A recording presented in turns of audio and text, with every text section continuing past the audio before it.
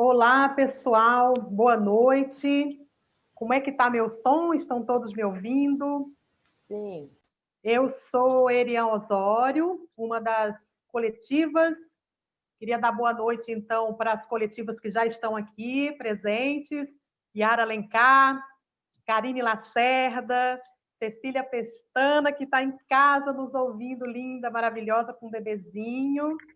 Alana Valente, Renata de Carmo e Maria Vitória. Somos as coletivas, estamos nessa candidatura e hoje a gente está chamando de celebração, né, esse dia de relançamento da nossa candidatura. E eu gostaria de cumprimentar aqui a Marina Silva, que está numa live ainda e daqui a pouco ela vai chegar. Ela está presa lá, mas está chegando daqui a 15 minutinhos. Ela vai estar com a gente aqui também. E eu vou seguir aqui, então, com o início do nosso evento. Quero agradecer, eu não queria deixar de agradecer as pessoas que estão caminhando com a gente nessa jornada. A gente já está aí há 3 meses, pelo menos, fazendo um trabalho super bacana, assim, de construção de uma candidatura para vereadoras do Rio de Janeiro. Somos co-vereadoras, então, nesse caso. E eu quero agradecer a todas as pessoas que estão ajudando e colaborando com a gente, né? A Carla, na comunicação, o painel, que é um grande, né, mentor para nós, a Alcineide, que está nos acompanhando, a nossa mestre, facilitadora de processos. Queria agradecer o Alexandre Girão também, que está com a gente até aqui, a Monique, nossa assessoria de imprensa, e o Marcos, do nosso audiovisual, da Ikigai Filmes. E eu não poderia esquecer também da Cris Otoya, que está fazendo um trabalho maravilhoso com a gente. E, além disso, a gente tem todos os nossos embaixadores das coletivas que estão ajudando a divulgar a nossa campanha, a ajudar com o nosso trabalho aqui, que está sendo bem bacana assim, no dia a dia. E aí, agora, eu queria agradecer especialmente a uma pessoa que está aqui, né, que é a Camille. Daqui a pouco eu vou apresentar ela melhor, mas eu vou começar falando por que a gente está trazendo a Camille aqui hoje e por que a gente está fazendo esse evento nesse dia tão especial. Hoje é o Dia Internacional das Meninas, né, que foi uma data oficializada pela ONU em 2012, com o objetivo de comemorar os progressos realizados na promoção dos direitos das meninas e mulheres adolescentes, mas também para lembrar a necessidade de se ampliar as estratégias para eliminar as desigualdades de gênero em todo o mundo. Essas desigualdades incluem o acesso e o direito à educação, à nutrição, aos direitos legais e a cuidados médicos, e a proteção contra a discriminação e violência. Hoje estamos aqui para lançar oficialmente a nossa candidatura, mas decidimos falar das meninas que fomos um dia lá atrás, né, meninas? Os sonhos, os nossos desafios, o que trouxe a gente até aqui, os nossos desejos, né, de representar as meninas e mulheres na política institucional, em busca de ocupar posições de decisão que durante muito tempo e ainda hoje de uma maneira geral, são ocupadas por homens e brancos, infelizmente. Temos uma convidada super especial, que é a Camille, que eu já tinha falado dela, e ela vai falar um pouco para a gente também da sua história. A gente quer ouvir Camille, dar esse boa noite para a Camille. Ela tem 16 anos, é moradora da comunidade da Maré e vai compartilhar conosco os seus sonhos, representando as meninas da cidade do Rio de Janeiro. Obrigada, tá, Camille, por estar aqui presente, trazer o seu brilho, né, para o nosso evento. Agradecemos também aos seus pais, Rosineide e Carlos Roberto, por terem autorizado a sua presença aqui conosco. Muito valiosa. Bom, queridas, dado esse início, assim, eu queria contar também para vocês um pouco da menina que eu fui, quando eu tinha ainda a idade que a Camille tem agora. Eu sou nascida e criada numa cidade chamada Iguatu, lá no interior do Ceará, na região Centro-Sul, na Caatinga, e vim para o Rio de Janeiro com 18 anos fazer faculdade. Mas antes de escolher vir para a faculdade, eu passei por muitos processos na minha infância e adolescência no Ceará, onde a gente tinha ali, eu lembro, né, de ter nitidamente na minha cabeça uma ideia de prosperidade, né, de que o Brasil ia ser o país do futuro, né, e que a gente tinha muita coisa ainda para viver ao longo da nossa vida. E o que eu vejo hoje é que é muito mais violento e é muito mais perigoso viver hoje do que na época em que eu tinha 16 anos, assim como a Camille tem. Então, nesse tempo, sonhar era incrível, assim. Então, para vir para o Rio de Janeiro aos 18 anos, antes disso, né, nos meus 13, 14, 15 anos, eu sonhei muito em estar aqui, nessa cidade grande, nessa metrópole, né? E ali, nessa idade, eu já estava começando a costurar um pouco assim na minha cabeça, né? O que eu queria fazer da minha vida, para onde que eu queria ir. Eu era muito ativa, né, na escola. A escola era meu lugar de refúgio. Eu adorava ir para a escola, amava, porque era um ambiente assim onde eu me relacionava com muita gente. E ali eu construí, né, muitas amizades e tudo mais, e abri meus horizontes para chegar no segundo grau, com essa idade já de 13 para 14 anos, e pensar numa estratégia de sair daquele Ceará tão sofrido naquele tempo, né? E naquela mesma época, eu tenho uma lembrança de que todos os homens da minha idade, entre 14, 15 e 16 anos, já estavam saindo do interior do Ceará para morar em São Paulo e Rio de Janeiro, porque a nossa cidade, o nosso local não oferecia oportunidade. E assim foi. Assim, eu consegui fazer um vestibular, né, e vir para o Rio de Janeiro, e vim assim aos poucos entendendo o que eu queria de fato, ao que eu queria de fato me dedicar na vida. E a área de meio ambiente, sustentabilidade, são as áreas que mais me atraem, são as áreas que eu tenho uma forte atuação até hoje, e linka exatamente com as pautas e os eixos que a gente quer desenvolver agora na nossa candidatura e durante o mandato, quando formos eleitas.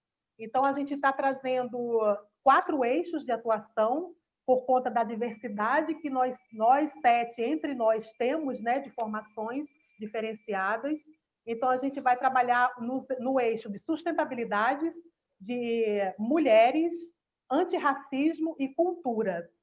Isso é como se fosse uma dimensão, né? Em cada dimensão dessa, a gente vai também desenvolver outras pautas que estão conectadas diretamente com essas dimensões, e vamos trabalhar propostas, já estamos, na verdade, né, trabalhando essas propostas, que vão ser, daqui a pouco, disponibilizadas para vocês também em todas as nossas redes, né, e no nosso site também. Então, eu quero passar agora Só uma coisinha ali. A Marina Sim. chegou. A gente pode dar um oi para ela. Opa! Então tá, que bom, Marina! Oi. Bem-vinda. Seja bem-vinda. Marina, muito bem-vinda. Marina, que bom! Que querida, bom. Então, você quer dar um oi, então, para todo mundo, já para começar? E depois a gente passa a palavra para você no final, para você discorrer um pouco mais. Bem, enfim, continua a dinâmica, e aí eu entro em seguida aí a sua fala, o que você achar melhor, já fazendo a minha fala. Tá bom. A sua câmera está desligada, Marina. Não sei se você percebeu. Tá bom, então. Desculpa. Vou estar com vocês. Que bom, Marina. A gente fez só uma apresentaçãozinha breve, e eu falei um pouco da minha história quando eu era menina, quando eu tinha 16 anos e 14, né? Lá no interior do Ceará, numa família de seis filhos. E agora eu vou passar para a Renata, para ela falar. Falei também da Camille, que a Camille é uma convidada nossa, ela tem 16 anos, e ela é uma pessoa que mora na comunidade da Maré, e ela aceitou estar aqui com a gente hoje.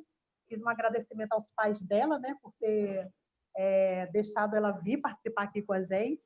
E agora, que bom que você está aí, se você quiser falar um pouquinho agora e falar no final, mas a Renata vai falar logo após a minha fala agora.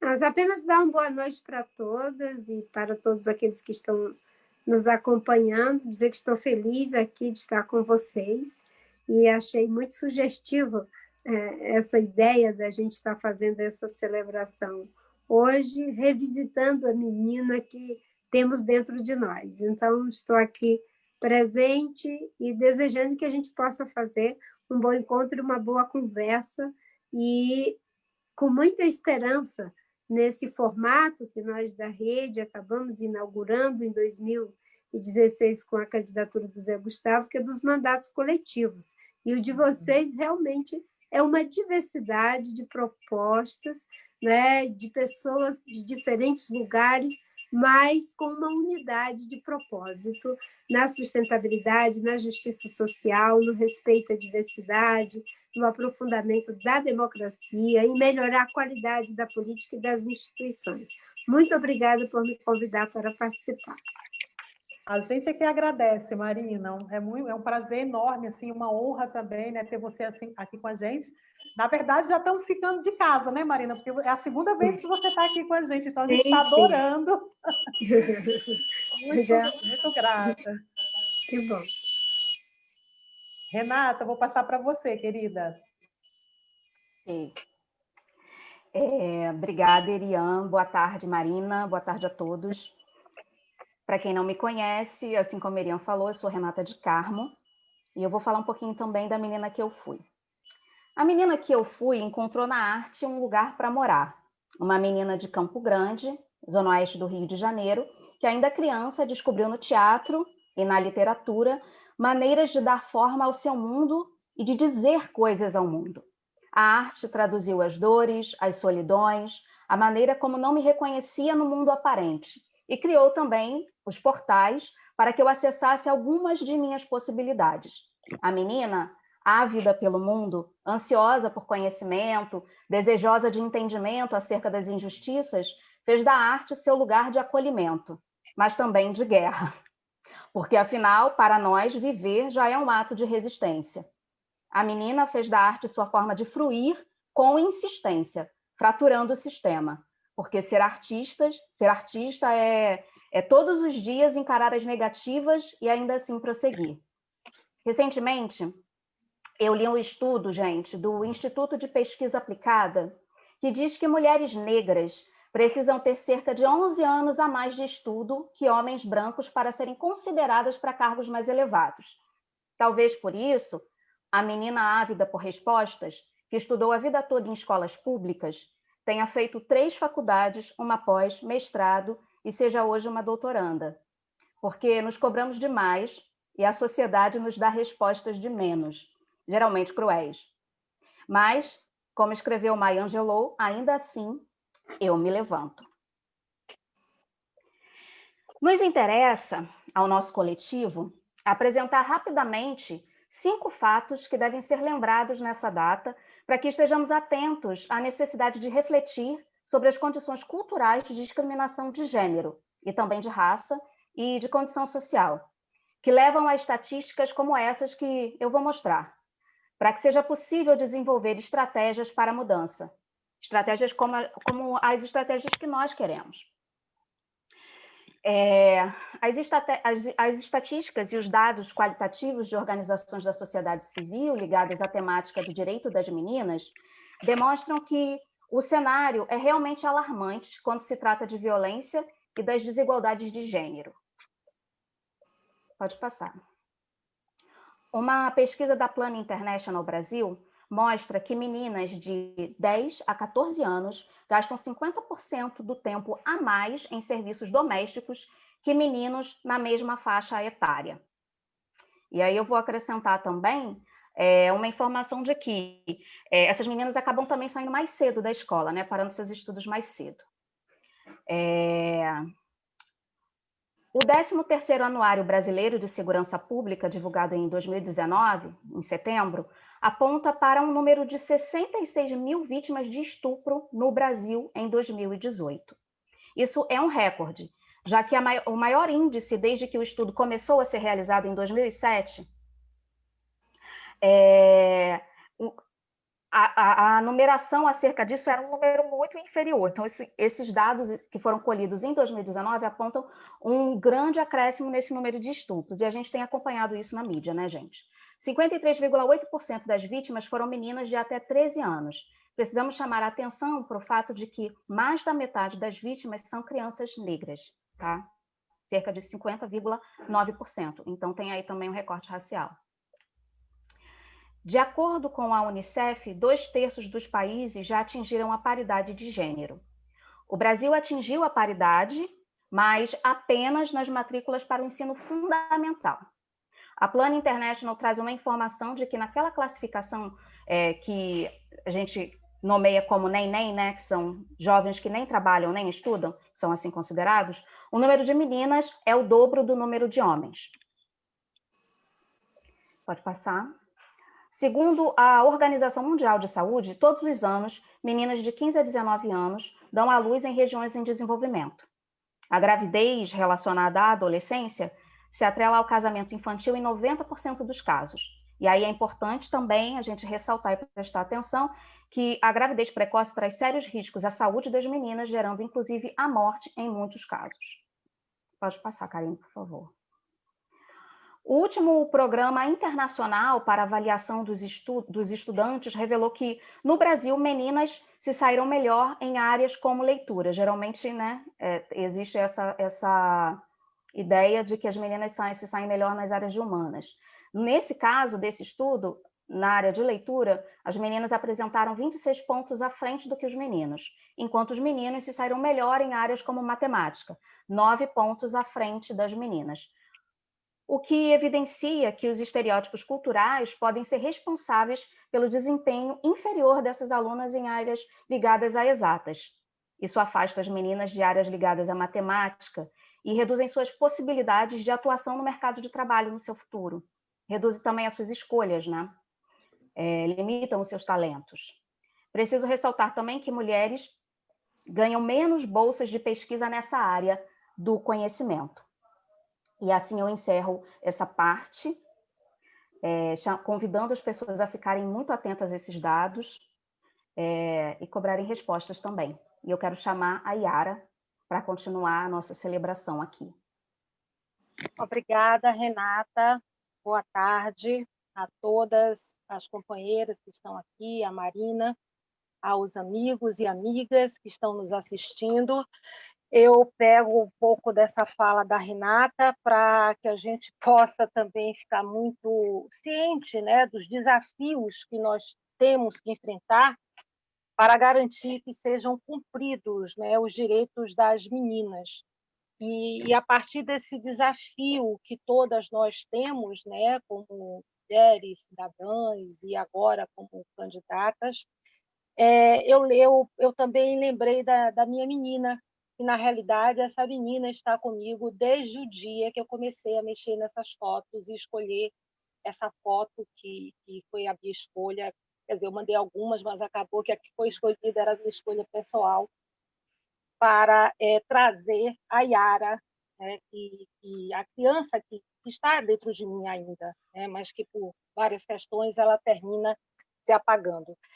Eu perdi minha mãe muito cedo, né? Minha mãe morreu, eu tinha 7 anos, e o meu pai ele virou o pai, né? E numa época que os pais não tinham essa cultura de divisão. Então, eu acredito assim como deve ter sido difícil para aquele homem, né? Há mais de 50 anos ali, tendo que ficar com 3 crianças e ele tendo que dar conta.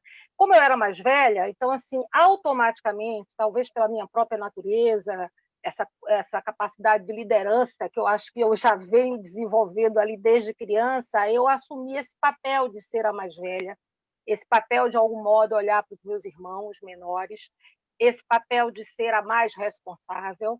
Então, meu pai nunca teve muito problema comigo, com estudo, eu gostava muito de estudar e gostava muito de ler, né? E aí eu desperto para a leitura e começo a ver ali também, que era uma vida, nós éramos uma classe média baixa em Salvador, que é a minha cidade, né, natal, e meu pai trabalhava assim, numa loja do comércio, enfim. Então, eu percebia que ficar pedindo dinheiro para meu pai não era minha praia, então, assim, já criança ali, jovem, eu comecei a fazer algumas coisas sem ele saber, porque se ele soubesse, poderia ter algum efeito colateral, porque a minha obrigação na época era estudar.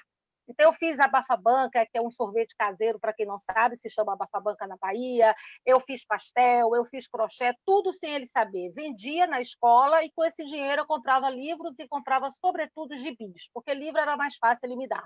Mas as revistinhas, os gibis, que eu era alucinada, não. E daí eu desenvolvo toda essa parte de interesse mesmo pela cultura, pela educação, mas antes da época prevista por ele, eu começo a trabalhar e me torno arrimo de família. Mas sempre conciliando o trabalho com a escola. Eu formei em administração, eu fiz pós-graduação, o tempo inteiro sempre trabalhando e estudando. Essa responsabilidade, né, que eu fui dada também para a época muito cedo, ela não foi um fardo, assim, foi uma coisa que foi acontecendo e eu fui assumindo. Então, de repente, assim, eu era também assim mãe do meu pai, mãe da minha madrasta. Ele casa-se depois, né? Tem outras irmãs, são 4 irmãs do segundo casamento dele. Mas foi me dando um senso de responsabilidade e também eu fui desenvolvendo paralelamente algumas indignações, né, com a vida, com as pessoas, com os privilégios, com a falta de oportunidade que eu tive, que eu via outras pessoas não tendo. Então, isso tudo foi me talhando para ser o que eu sou hoje, né? Foi me moldando para ser o que eu sou hoje. E sempre transformando aqueles limõezinhos em boas limonadas. Acho que esse foi meu grande aprendizado. Eu trago dessa criança, e que eu sei que ela está aqui, a alegria, a vontade de dançar. Eu pratiquei dança no colégio, eu tive também a felicidade, o privilégio de estudar numa escola pública de ponta em Salvador, onde oferecia todas as modalidades de esportes, e eu pude interagir com muita gente. Eu trago dessa criança a alegria, eu trago dessa criança a criatividade, eu trago dela a curiosidade, que me é peculiar até hoje. Trago as boas amizades que eu conservei, né, durante toda essa trajetória, e as novas que eu venho fazendo, e trago cuidado com o outro. Né? Eu acho que o fato de ter sido arrimo, de ter tido que cuidar daquela família, daquelas pessoas, da minha família, também me transformou numa pessoa que tem sempre um olhar mais cuidadoso com o outro. E eu estou assim, muito feliz desse resgate da gente estar aqui trazendo essa criança. Eu estou convivendo com essa criança desde o dia da foto. Espero que ela não me abandone hoje, depois que terminar o nosso programa aqui, a nossa celebração. E agora eu queria passar a palavra, porque eu falei da amizade, das grandes amizades que eu desenvolvi, tenho até hoje, e no grupo nós temos 2, né, companheiras que são grandes amigas, assim, desde criança que elas são amigas, que é a Alana e a Maria Vitória. Então, pegando meu gancho aqui das boas amizades, vai lá a Mavi e a Alana para falar dessa amizade linda que trouxeram vocês até aqui para a gente. Obrigada, Yara. Vou falar um pouquinho rapidinho. Obrigada pela sua fala. Vitória vai falar da gente? Vou falar de nós duas. Depois fala de você também, rapidinho. Boa tarde para todo mundo. Obrigada, Yaya. Obrigada, Marina, pela presença. Acho que nem nos meus maiores sonhos de menina eu imaginava compartilhar uma sala com a Marina Silva.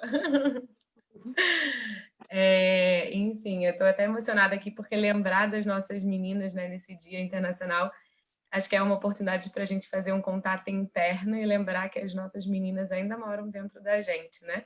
Aquelas meninas sonhadoras e, enfim, para a gente não esquecer de seguir sonhando. Assim como a Eri, eu tenho 5 irmãos, então eu cresci rodeada pelos meus irmãos. Sou a caçula, né, de 6. Tenho muito orgulho de ter essa família grande, sou muito grata por isso. que aí eu aprendi desde cedo a conviver, né, com as diferenças, a aprender a dividir, a ter empatia, somos completamente diferentes uns dos outros. E o que eu trago da minha infância e da minha adolescência é a minha paixão pela educação, que é até o que eu trago também aqui para as coletivas, porque primeiro minha mãe foi professora, né, fez o curso normal, que acho que era uma trajetória muito comum para as mulheres, né, na época dela. E depois porque a escola teve um papel muito importante na minha vida. Eu tive o privilégio de estudar numa escola que tinha como lema, né, que é a mesma escola onde eu conheci a Alana, formar agentes da transformação social. Então a gente sempre carregou isso dentro da gente, de ser uma mudança, de lutar por uma cidade mais justa, né, socialmente mais justa, mais sustentável. E eu acho que conforme a gente vai crescendo, a gente vai deixando uns sonhos para trás, né? O doutrinamento social também vai fazendo, às vezes, a gente mudar o caminho. Eu acabei indo parar no direito, me formei como advogada, mas depois resgatei esse sonho de ser professora, de trabalhar na educação e no chão da escola. Então, eu penso que nunca é tarde para a gente resgatar os nossos sonhos de menina. E estamos aí, estou aqui. Acredito que a escola, para além de um espaço, né, de ensino e aprendizagem, é esse espaço da convivência, da construção de amizades, como eu e a Alana. Daqui a pouco a gente vai para mais de 30 anos de amizade, né, amiga? Muito tempo. Quando ela aceitou entrar nesse Uma projeto. história bonita. E a gente vê nesse projeto uma possibilidade da gente colocar em prática de verdade todos os valores que a gente aprendeu na escola e lutar para que todas as meninas tenham essa mesma oportunidade que a gente teve na vida, né, de ter um bom ensino, um espaço que trouxe para a gente valores muito importantes e amizades, assim como a nossa, tão importantes. Agora eu vou passar a palavra para a Alana, falar um pouquinho. Vitória, minha amiga amada, são muitos anos. Eu não poderia aqui falar da menina Alana.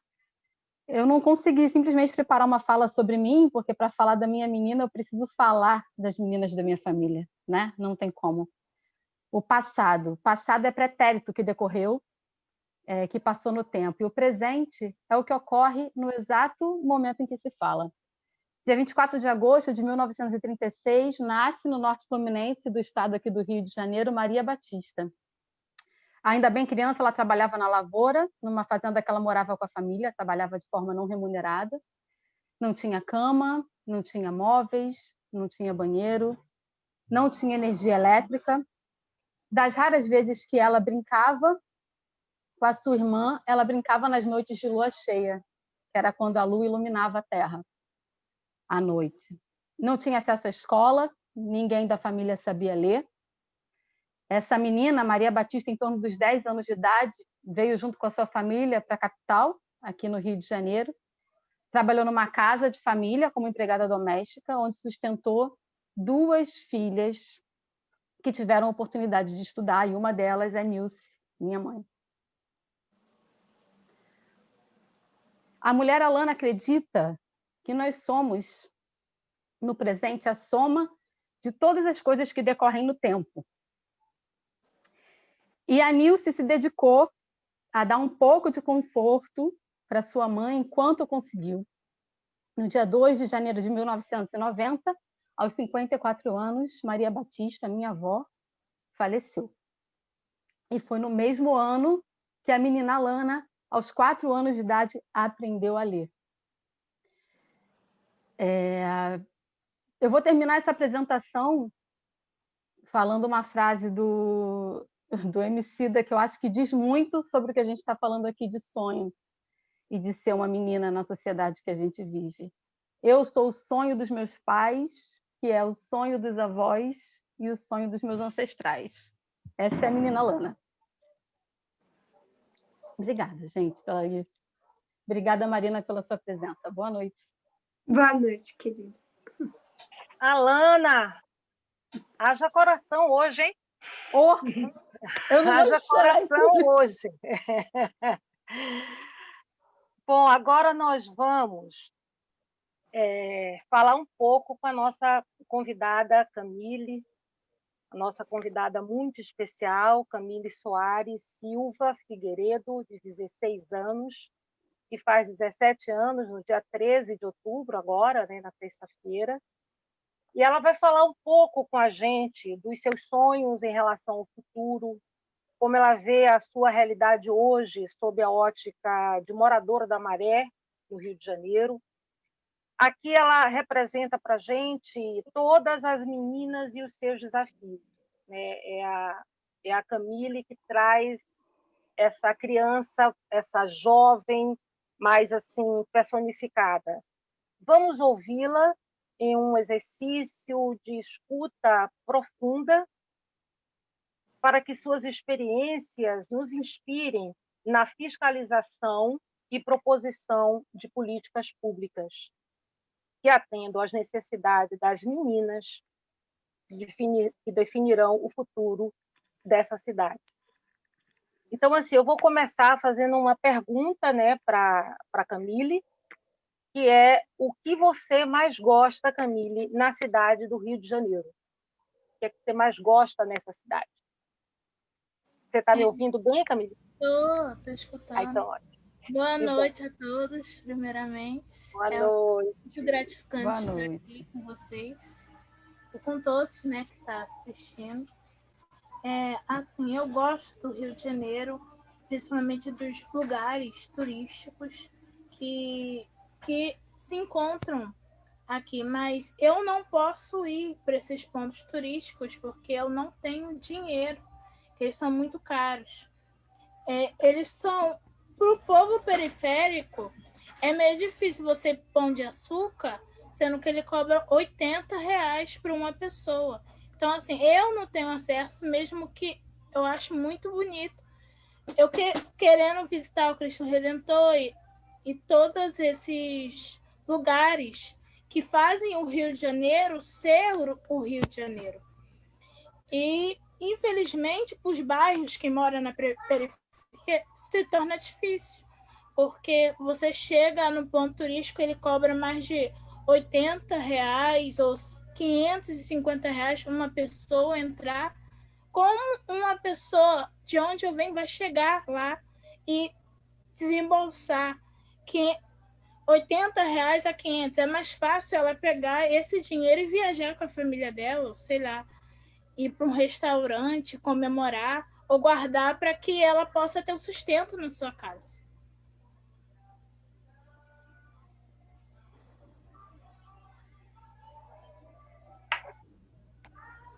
Eu queria fazer uma... Meu microfone está aberto? Vou fazer uma pergunta para a Camille. Acho que ela... Tá me ouvindo, Camille? Vocês estão me ouvindo, gente? Desculpa. Ah, tá bom? É porque eu estou com outro fone aqui hoje. Camille, Tá. ouvindo você falar isso, eu quero até te fazer uma pergunta, assim, né? Você sendo uma jovem que vive numa cidade hoje que a gente sofre todas essas desigualdades, né? Esse abismo social que fica muito, muito claro na sua fala, né? Como é que você, hoje, na sua idade, faz para ter acesso a lazer, à cultura? Quais são as coisas que você faz, né? Como você faz para se divertir na nossa cidade hoje? Você tem né, esse acesso e como é para você? Assim, eu dedico meu tempo livre assim com a minha família. Normalmente eu vou para Quinta, faço um piquenique com eles. Quinta da Boa Vista, né? Ou vou para o museu, por exemplo. Eu já visitei o museu lá com a minha família, aquele que foi queimado ultimamente, infelizmente, né? Assim, eu tento ver as promoções também nos cinemas, que eu gosto muito de ir. Quando tem promoção nos dias de semana eu vou. Quando não tem aula ou acontece alguma coisa eu tento ir. Aí eu gosto também de ler, passo meu tempo quando não posso ter nenhuma dessas opções, porque minha família trabalha e às vezes nem sempre eu posso sair. Então eu começo a ler, leio até eu estudo, né?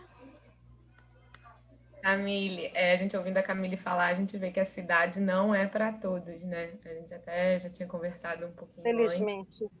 Infelizmente.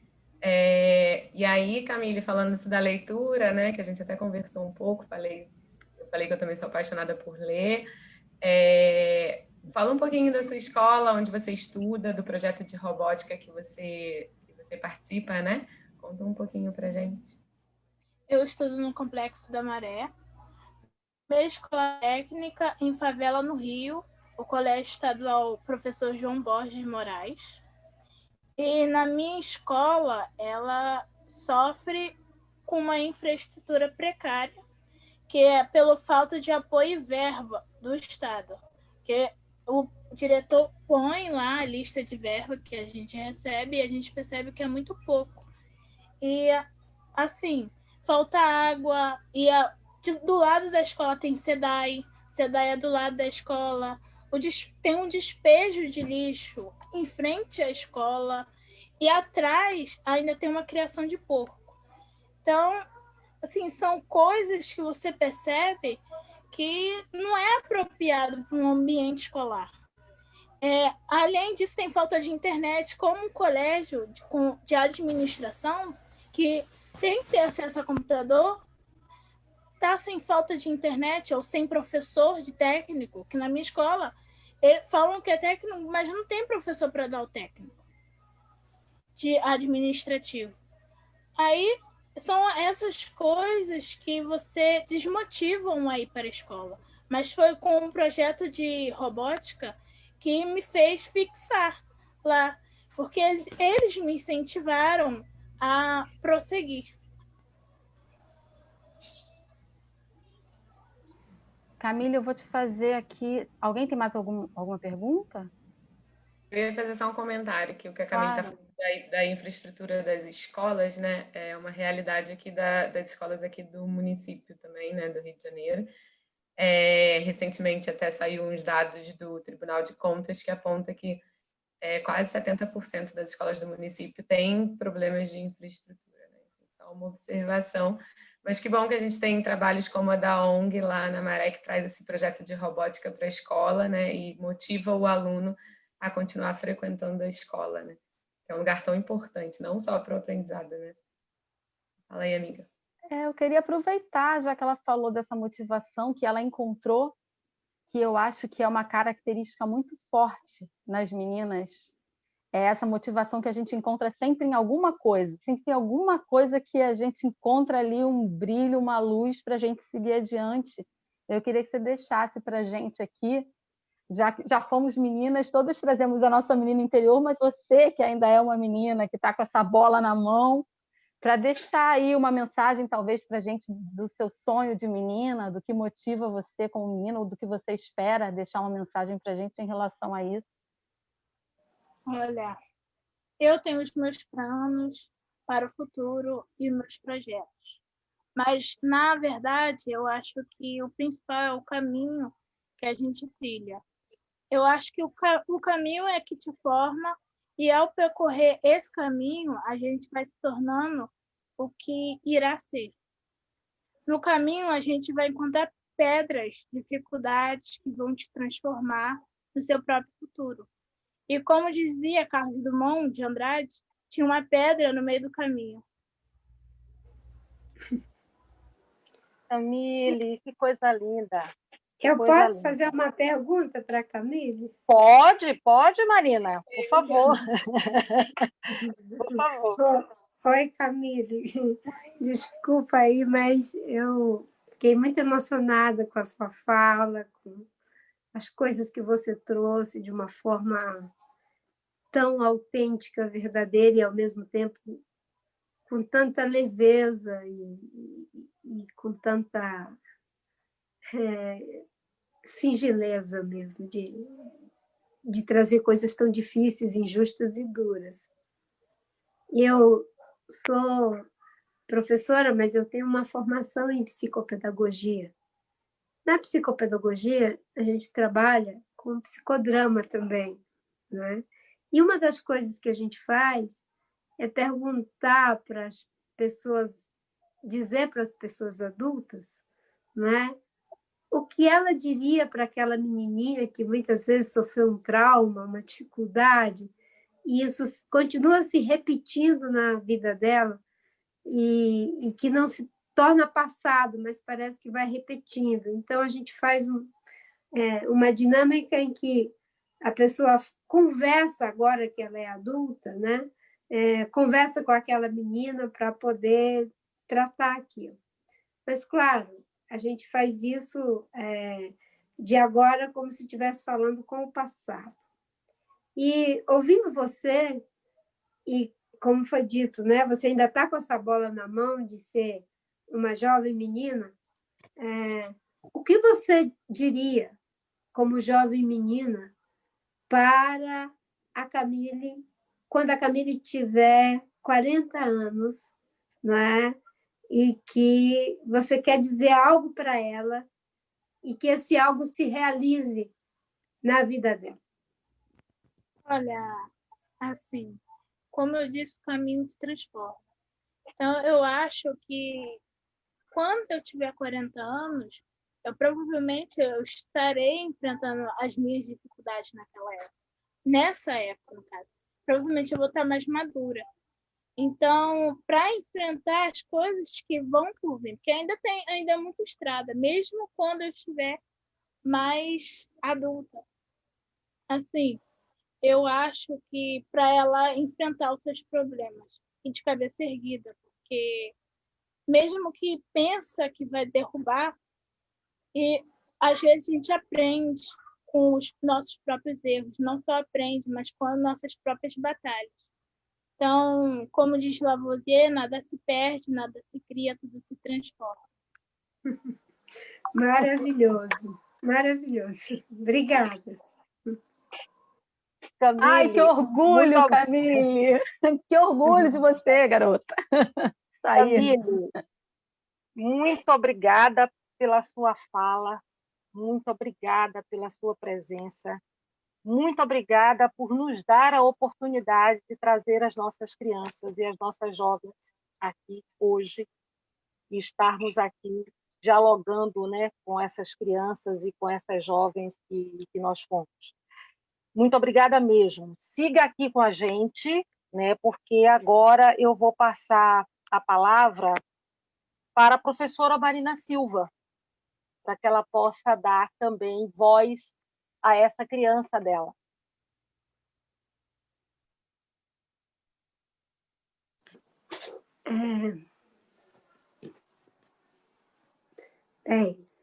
Acho que foi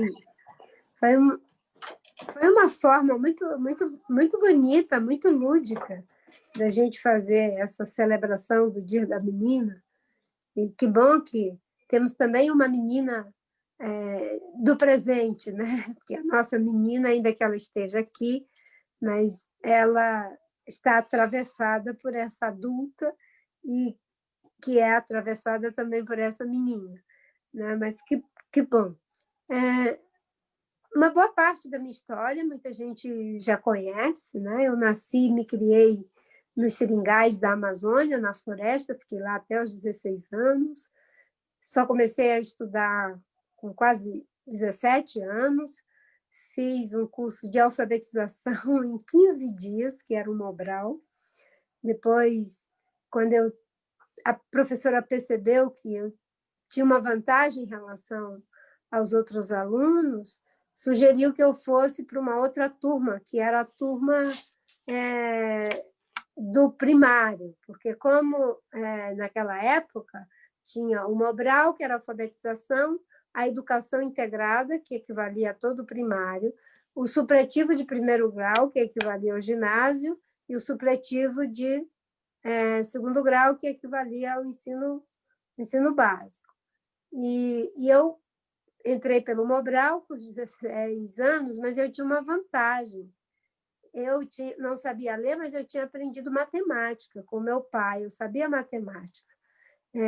E isso fez uma diferença para mim quando eu entrei na escola, porque eu entrei na sala de aula e eu entrei em outubro, já praticamente, não, foi outubro, não, foi em setembro, acho que foi no final de setembro, nessa alfabetização.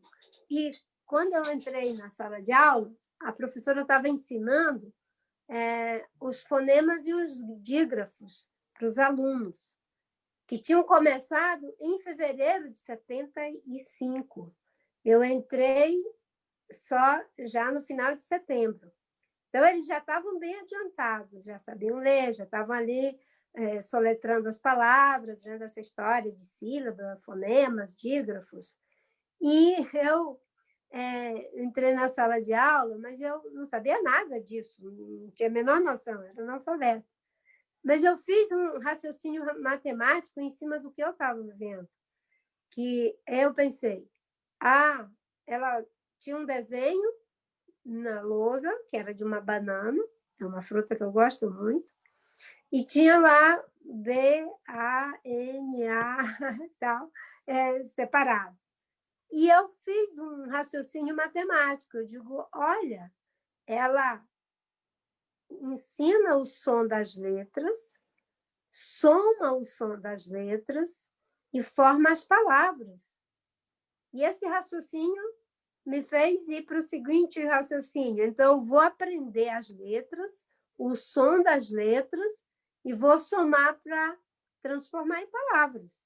E eu saí naquela noite, que era a noite que fazia, né, que eu trabalhava durante o dia, e pedi para o meu primo, com uma folha de papel, faz tudo aqui para eu poder aprender. Ele fez A, B, C, D, tudo com uma caneta, e eu fiquei, não sei até que hora da noite, decorando A, B, C, D, babá, e comecei a fazer como se eu estivesse somando, né? B, A, Bá, que exatamente...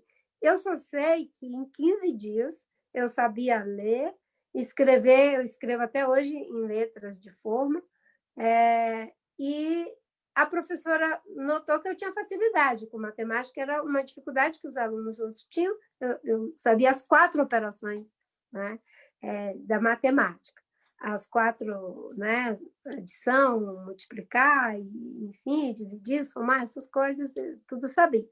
Bem, ela me mandou para essa outra turma. Nessa turma do supletivo do primeiro grau, ou do Mobral, não tinha chamada, porque todo mundo que chegava a assistir a aula, a professora tinha lá uma lista de nomes, mas nessa outra turma que eu cheguei, tinha chamada.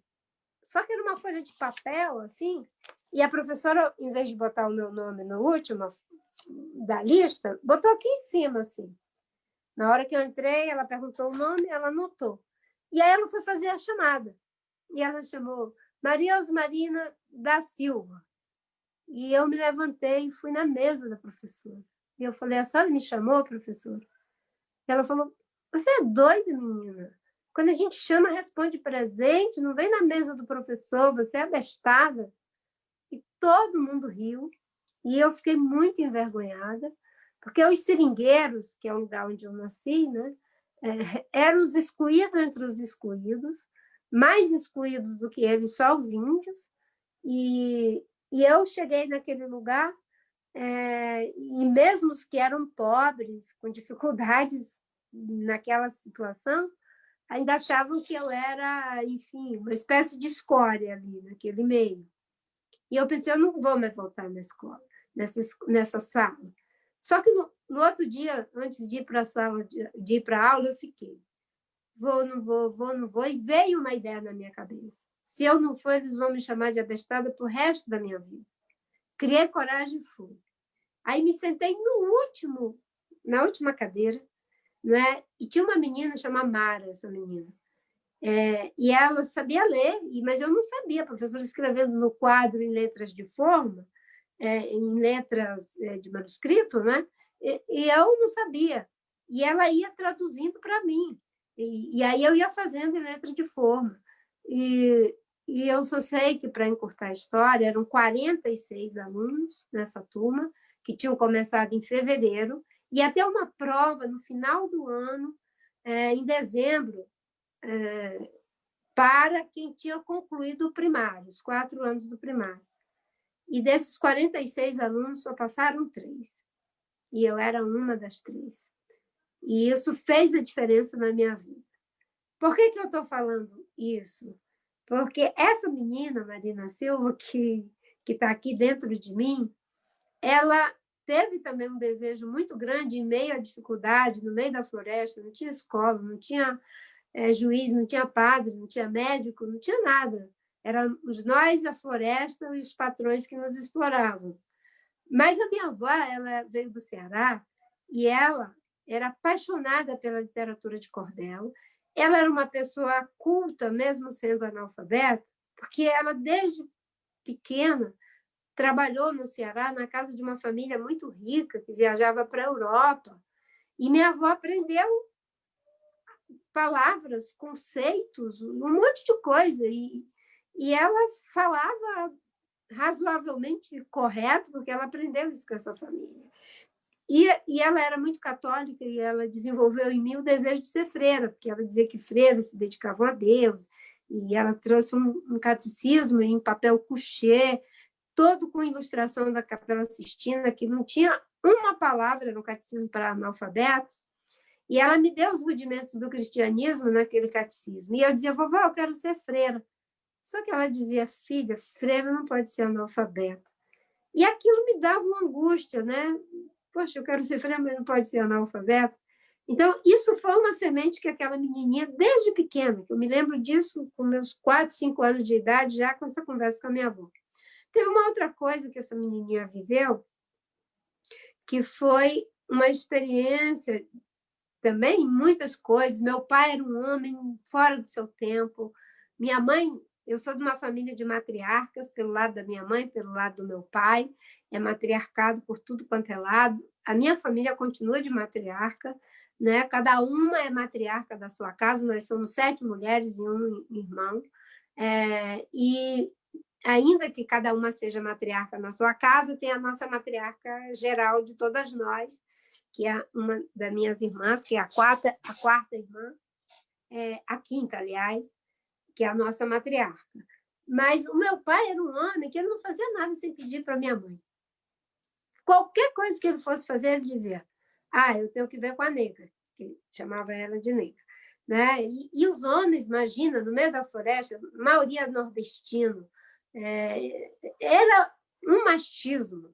E eles diziam, o Pedro, não adianta a gente falar com ele, porque tudo esse homem vai perguntar para a mulher, esse homem não é homem, não sei o quê, mas meu pai não tinha a menor cerimônia de dizer, eu vou ver com a nega que sabe, a nega que isso, a nega que aquilo outro. Como a gente vivia isolados, não é?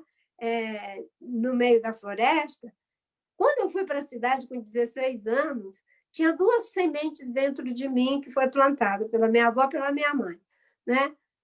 A minha mãe plantou essa semente, e a minha avó, que mulher podia tudo, e que mulher que comandava, mulher que acontecia.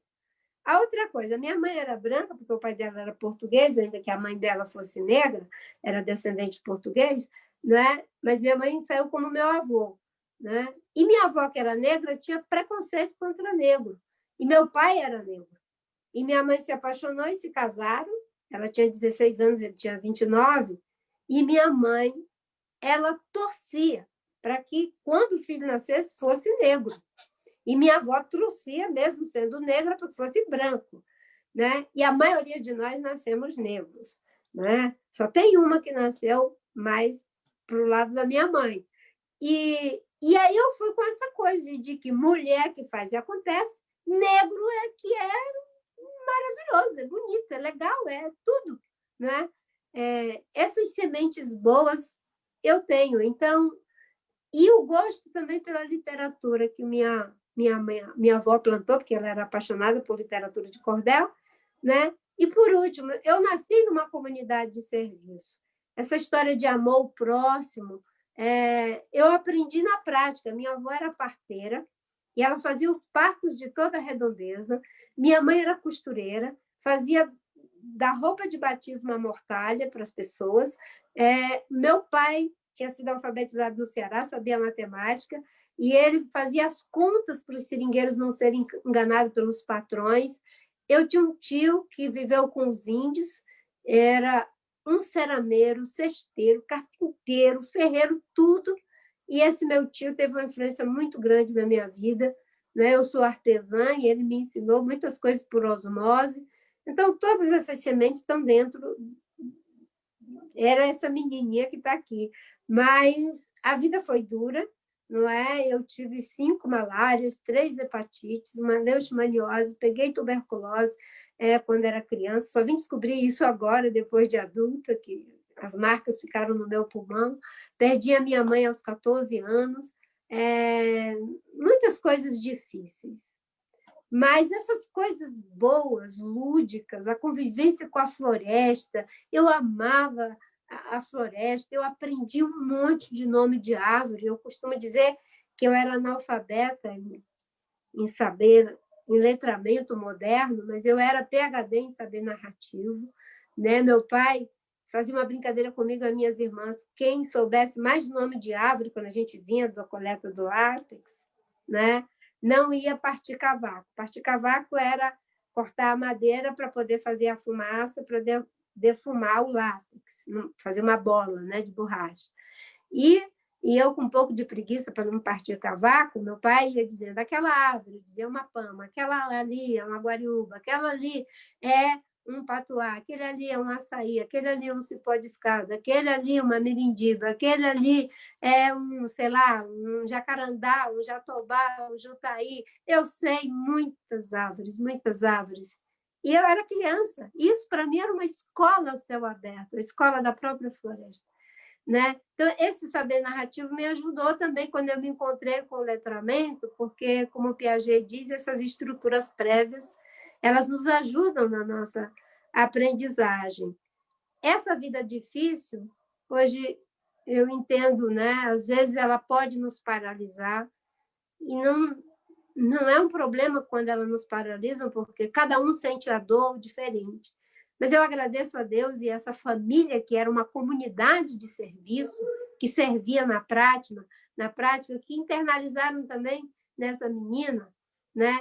A ideia de que servir era fundamental. E no meio daquela floresta, isolados, a única coisa que fazia a gente sobreviver era cooperar uns com os outros. Né? A mulher entrava em trabalho de parto, minha avó ia, meu pai ajudava para não fazer conta, e a gente se ajudava, né, para poder sobreviver.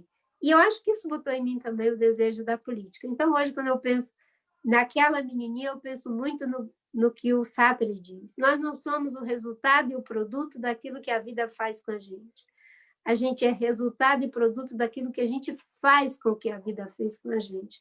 Então, todas as experiências dolorosas que eu vivi, não é? Acho que aquela menininha me ajudou a elaborar, ressignificar e transformar em esforços bons. E eu acho que eu entrei na política para isso. Qualquer pessoa que diga que política é servir, às vezes soa demagógico. E comigo não pode ser diferente, as pessoas não me conhecem.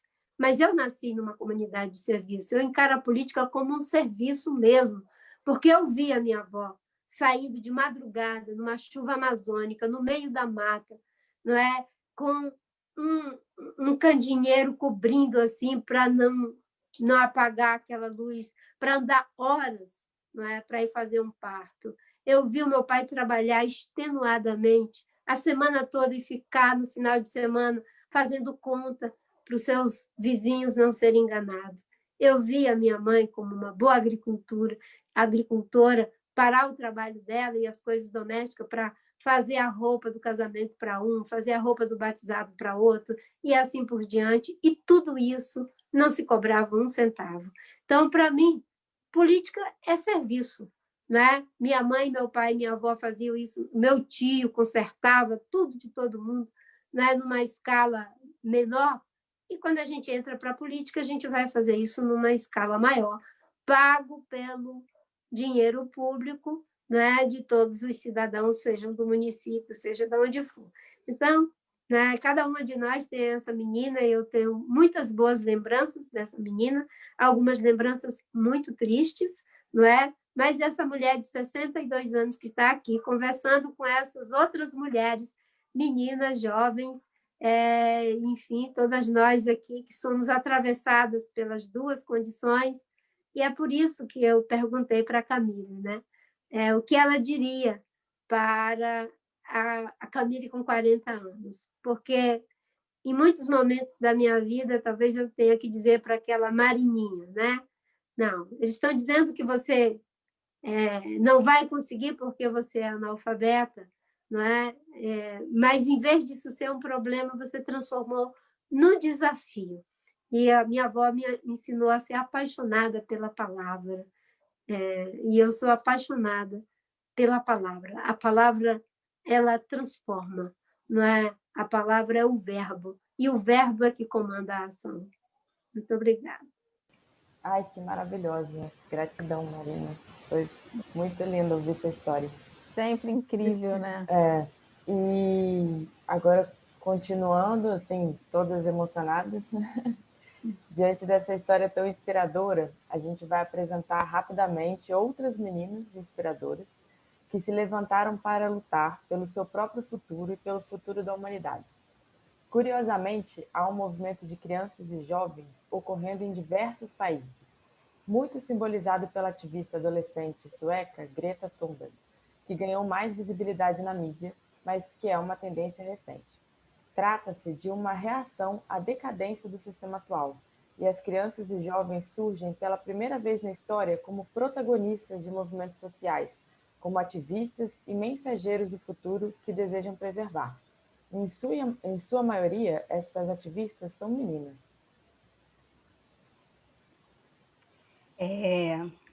Eu vou dar prosseguimento à fala da Karine. A gente vai trazer várias meninas do contemporâneo que estão marcando aí, né, o seu tempo, o nosso tempo, mas eu vou voltar um pouquinho atrás para falar da Ruby Bridge, que é uma ativista estadunidense conhecida por ser a primeira criança negra a estudar em uma escola primária caucasiana em Louisiana. Acho que todo mundo conhece a Ruby um pouquinho, né? Quando ela tinha 4 anos, a família dela se mudou para Nova Orleans, em Louisiana, em 1960. Seus pais responderam a um pedido da Associação Nacional para o Avanço das Pessoas de Cor e ofereceu-a para participar na integração do sistema escolar. Aí, gente, na primavera de 1960 mesmo, ela foi uma das 6 crianças negras em Nova Orleans a passar no teste que determinava que essas crianças negras poderiam ir para uma escola toda branca. Apenas 6 crianças. Aconteceu que dos 6, alguns desistiram por medo, outros foram para outra escola, mas a Ruby não. Apesar do seu pai estar totalmente relutante, né, devido ao medo do que a filha poderia passar, ela prosseguiu.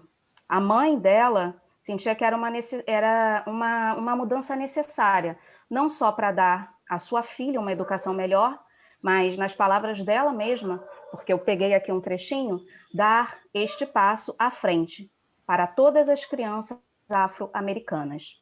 A sua mãe finalmente convenceu o pai a deixá-la ir para a escola. E o primeiro dia judicial das escolas integradas em Nova Orleans foi no dia 14 de novembro de 1960. E naquele dia, havia uma grande multidão de pessoas fora da escola. Eles jogavam coisas e xingavam aquela menininha. Charles Burks é um ex-vice-diretor do Serviço de Delegados, disse mais tarde que a Ruby mostrou muita coragem. Ela nunca chorou, ela não choramingou, ela só marchava como um pequeno soldado.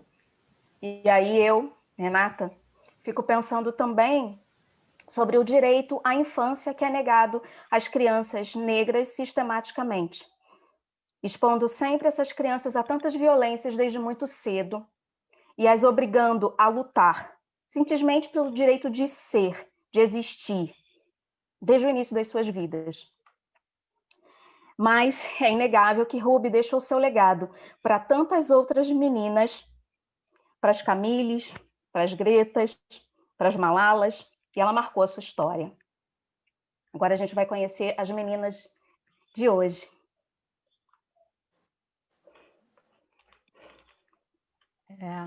É impressionante, né, a história da Ruby, como se cruza, de certa forma, com a história de todas as meninas pretas, né? Mas tudo que ela passou ficou não só como um retrato do que é ser uma menina preta, mas também como um exemplo. Eu vou falar aqui rapidamente da Malala, porque a Malala já é mais contemporânea e a gente já conhece, ela é conhecida, né, principalmente pela defesa do direito das mulheres, né, ao acesso à educação. Ela que é uma menina paquistanesa e que viveu naqueles momentos em que o Talibã impedia as jovens de frequentar a escola.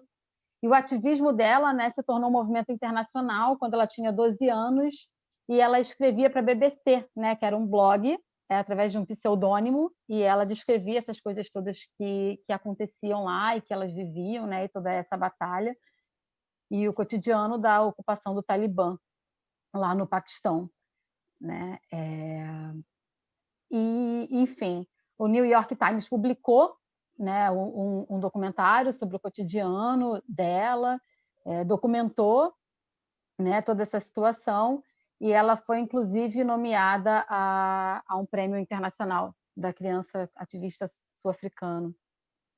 Em 2012, ela sofreu um atentado e entraram numa van escolar em que ela estava, dispararam 3 tiros contra ela, né, uma tentativa de assassinato que aí desencadeou todo um grande movimento nacional e internacional. E, por fim, com apenas 17 anos, ela é a primeira jovem. Malala sobreviveu, continuou seu ativismo, né? Foi com a sua família para outro país e ela foi laureada com o Prêmio Nobel. A Malala tem 2 frases que são muito conhecidas e que falam muito também sobre toda essa questão da educação que a gente fala aqui, que é um livro, uma caneta, uma criança e um professor podem mudar o mundo, né? Tanto que a gente fala aqui também da importância da educação. Mas o que é legal, e aí eu lembrei um pouco da fala da Camila, eu tinha preparado essa frase, mas eu encontrei uma outra aqui para falar, que ela diz que não quer ser lembrada como a menina que levou um tiro, né? E aí a gente fala da força, né, dessas meninas. Ela quer ser lembrada como a menina que não baixou a cabeça, né? E essa é a breve história da Malala.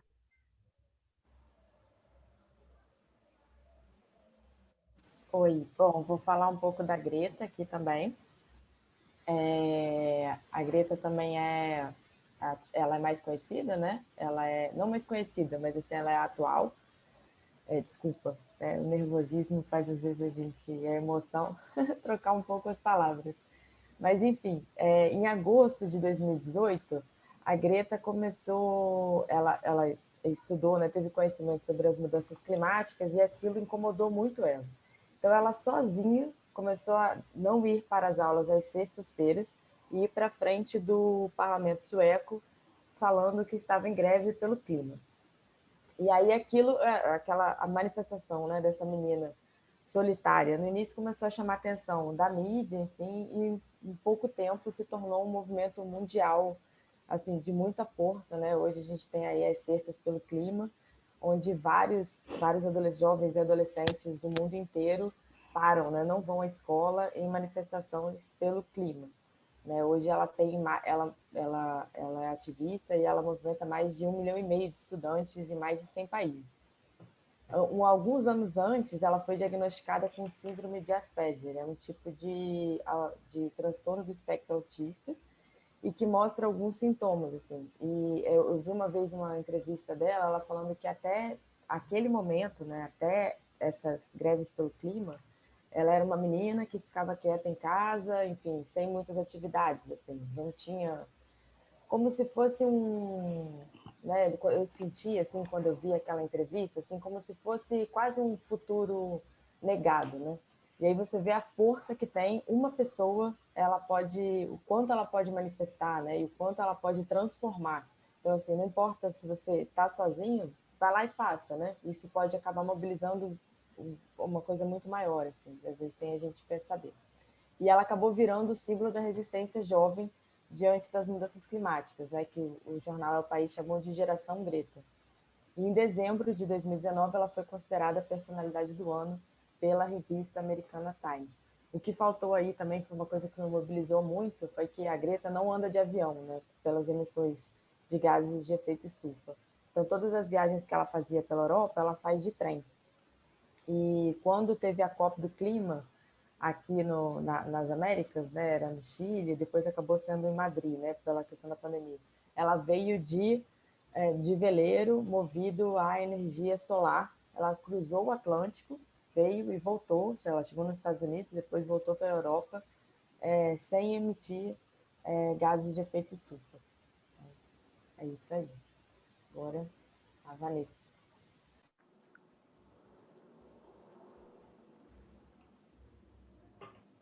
Yara? Desculpa, eu comecei a falar sem o fone. Vamos lá. A Vanessa Nakati é de Uganda. Ela é uma ativista ambiental, né? Cresceu em Kampala, que é a capital, né, do seu país, e iniciou o seu ativismo em 2018 em razão com a preocupação dos altos índices da temperatura em Uganda. Ela é inspirada, né, pela Greta, ela começa também o seu próprio movimento climático. E aí, a partir da sua, primeiro também, assim como a Greta, solitária, né, ela passou por vários meses, ela frequentou o parlamento, os portões do parlamento de Uganda, e era sozinha, e gradualmente as pessoas foram começando a atender os seus pedidos nas redes sociais e foram chegando com ela, foram chegando junto. Ela fundou a Juventude para a África Futura e o Movimento para se Erguer.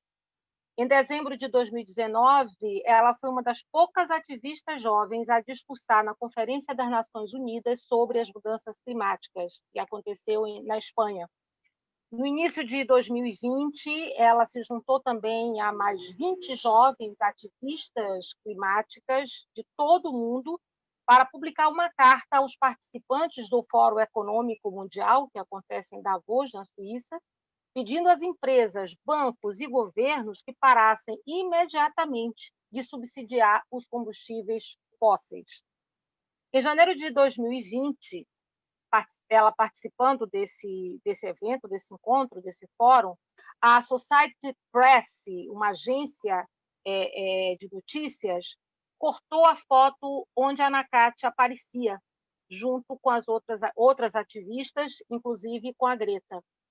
E é muito incrível como a história da Ruby, lá atrás, né, a garotinha de 4 anos, que foi para a escola de brancos e foi agredida na época, como a forma também que a Vanessa foi agredida ao ser cortada de uma foto, e ela teve a coragem de acusar a mídia de ter uma atitude racista, como no século XXI a gente ainda tem, sobretudo as mulheres negras, que lidar, né, com uma situação desta natureza. A Nakati foi firme, isso teve uma repercussão muito grande nas redes.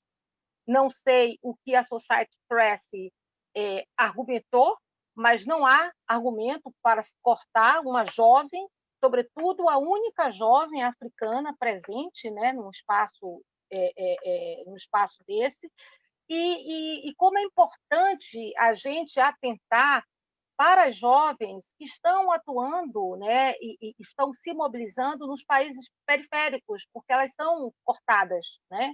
Então, você tem, claro, a Greta tem todo o respeito, o carinho, o amor que essa menina mobilizou, mas ela vem do norte, né? Então, a gente precisa olhar para todas essas jovens, porque são várias, assim como a Vanessa, que acabou, assim, a maioria das pessoas sabendo da história da Vanessa, e quem era a Vanessa, porque ela foi cortada de uma foto, né? A Malala, né, precisou tomar um tiro para saber da história. A própria Greta, que tem uma síndrome, ou seja, a síndrome da Greta veio antes de todo o trabalho que a Greta fez, ou seja, precisa sempre ter aquela justificativa para que as mulheres e as jovens consigam abrir esse espaço. Então, vamos ficar atentas às jovens periféricas, dos países periféricos que estão, né, atuando. E por isso, assim, falo em meu nome, em nome de todas, a gratidão mesmo, sincera, de estar aqui hoje com uma jovem do Complexo da Maré, do Complexo da Maré, com tanta atitude, com tanta força, né? Enfim, passo agora para a Mavi. Arro, Yaya, obrigada. Até sobre essa questão do corte da foto, é muito importante o que você disse, né? Foi até uma declaração da própria Vanessa que falou que eles não apagaram só ela da foto, né? Tipo, como se tivessem apagado um continente inteiro, porque ela não era só Ela era a única negra, mas também a única representante do continente Da africano. África, Né? exatamente. É. Eles apagaram a África, não só ela. Você trouxe... Exatamente. Muito bom. Muito bom. Agora, falando um pouquinho de uma brasileira, eu vou falar sobre a Ana Júlia Ribeiro. Ela se tornou símbolo da luta dos estudantes lá no Paraná, por uma escola, por uma educação de qualidade. Foi em 2016 que ela foi fazer um discurso na Assembleia Legislativa do Paraná. Foi em 2016, não sei se vocês lembram, que teve aquele movimento de ocupações das escolas, né? Mais de 1.100 escolas foram ocupadas no Brasil todo, mas o maior foco dessas ocupações foi no Paraná. E ela discursou na Assembleia Legislativa, o discurso dela viralizou na internet, e ela iniciou o discurso dela fazendo umas perguntas que até hoje acho que a gente, ao meu ver, a gente ainda precisa pensar, né? Precisa nos fazer essa pergunta: de quem é a escola e a quem a escola pertence? Hoje a Ana Júlia, ela continua ela seguiu essa trajetória do ativismo por justiça social. Ela cursa Direito e cursa Filosofia também, e coordena uma iniciativa chamada Cada Criança, que é liderada pelo Nobel da Paz, Kailash Satyarthi. Ela agora vem como candidata a vereadora em Curitiba, e também está à frente desse movimento para ocupar a política, né? Assim como a gente, ela tem essa vontade de trazer a renovação para a política e discutir formas de se fazer política de forma mais coletiva e colaborativa, e que a população possa, né, participar. Porque uma das motivações para todo esse movimento das ocupações da escola, que ela foi uma das lideranças lá no Paraná, era justamente por conta de uma medida provisória que foi ditada pelo governo Michel Temer, que reformava o ensino médio, mas não tinha tido diálogo nem com os estudantes, nem com os professores, com ninguém da área da educação. Então é isso. Essa é a Ana Júlia, nossa brasileira. Eu queria dar uma palavrinha, viu, Renata, Karine, Eliane, Maria, Vitória, Cecília, Yara, Alana e Camille. Eu vou pedir licença para sair, porque eu tinha outro compromisso antes da gente ter assumido esse, né? Eu não sei se a Luciana tinha avisado que ia chegar um momento que eu não ia poder ficar durante todo o tempo, mas eu estou muito feliz de vocês estarem fazendo uma campanha tão bonita, tão integradora de tantos conceitos, propostas, princípios, valores, com uma linguagem diferente, com uma estética diferente. E parabéns, e eu desejo que vocês sejam vitoriosas. Isso é o verdadeiro DNA da rede. O meu abraço, e eu peço 1000 desculpas, porque eu já tinha esse compromisso, tá bom? Obrigada. Marina, muito Obrigada, obrigada. Marina. Muito obrigada pela sua presença, por nos nutrir sempre com as suas histórias, suas palavras, por essa honra e orgulho ter você aqui com a gente. Obrigada. E eu quero me despedir de vocês dizendo que foi muito forte para mim, inclusive ver todas essas jovens, as histórias de vocês compartilhadas aqui. Me senti fortalecida também. O meu abraço. Gratidão, Marina. Obrigada. Tchau, tchau. Até breve. Tchau.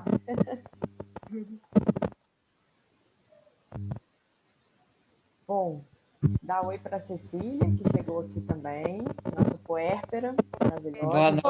Oi, Cecília! A gente já falou da Cecília aqui, mas para quem está assistindo, Cecília é uma das coletivas aí, das candidatas, que acabou de ter neném, então estava cuidando da Cel, princesinha, entrou. Que bom, Cecília, que você está aqui. Ah, deu uma dormidinha, minha chefinha deu uma dormidinha, me liberou para vir aqui. Bem-vinda, Cecília. Pessoal, pedi para desligarem os microfones, que está dando uma interferência, não sei, pode ser o meu também. Não. Vamos continuar então. Bom, também estou bem emocionada com tudo, né? Todas as falas. E queria falar que a maioria das meninas, né, que a gente apresentou aqui, a Ruby, a Malala, a Greta, a Vanessa, a Ana Júlia, têm pautas ambientais muito claras e buscam uma agenda de transparência e participação para a sociedade.